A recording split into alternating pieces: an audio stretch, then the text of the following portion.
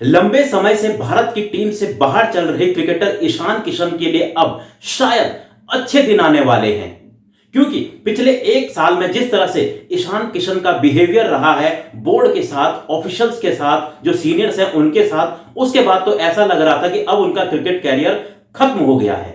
वो ईशान किशन जो वनडे में दोहरा शतक लगा चुके हैं, उनका क्रिकेट कैरियर इस तरह से अचानक खत्म होना लोगों को वाकई में उनके लिए बहुत बुरा लग रहा था।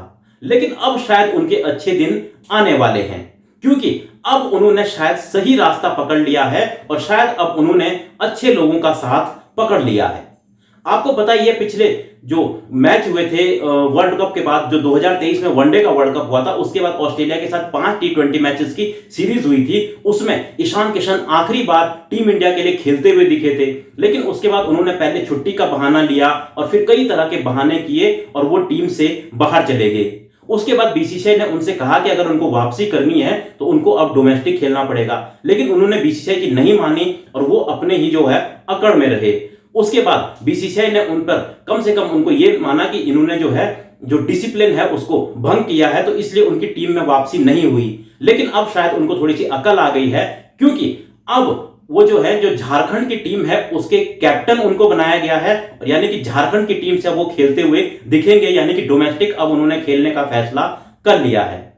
इसके साथ साथ जो दिलीप ट्रॉफी होनी है उसमें भी उनका चयन हुआ है।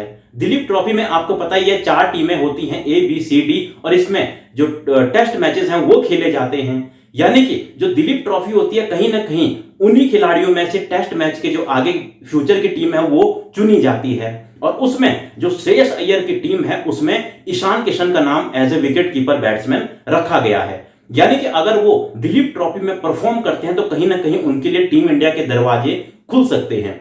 लेकिन इसमें जो 4 टीमें हैं उनमें बहुत सारे विकेट कीपर हैं जिनसे कि ईशान किशन का कंपटीशन है।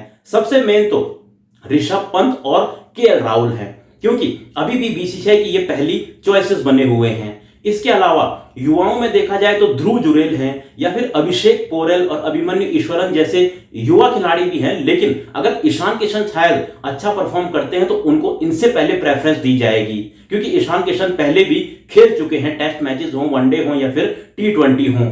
तो फिर ऐसे में अब ईशान किशन के लिए ये जरूरी हो जाता है कि वो झारखंड के लिए भी अच्छी परफॉर्मेंस दें और दिलीप ट्रॉफी में तो खास तौर पर वो अच्छी परफॉर्मेंस दें, कोई शतक बनाएं, दोहरा शतक बनाएं, जिससे कि उनकी तरफ ध्यान जाए और उनका चयन भी हो। क्योंकि अगर जो केएल राहुल और ऋषभ पंत में से किसी को चोट लगती है या कोई किसी वजह से बाहर होता है तो कहीं ना कहीं उसके बाद जो ईशान किशन है उनका ही नंबर आता है। हालांकि ध्रुव जुरेल पर भी बीसीसीआई की नजर है, लेकिन कहीं ना कहीं ईशान किशन को अब परफॉर्म करके बताना पड़ेगा, टीम में अपनी वापसी करनी पड़ेगी और जो सिलेक्टर्स हैं उनका ध्यान अपनी तरफ खींचना पड़ेगा। यानी कहीं ना कहीं अब उन्होंने जो फैसला लिया है डोमेस्टिक खेलने का, उसके बाद उनकी टीम इंडिया में वापसी के दरवाजे खुल सकते हैं और उनके लिए अच्छे दिन आ सकते हैं।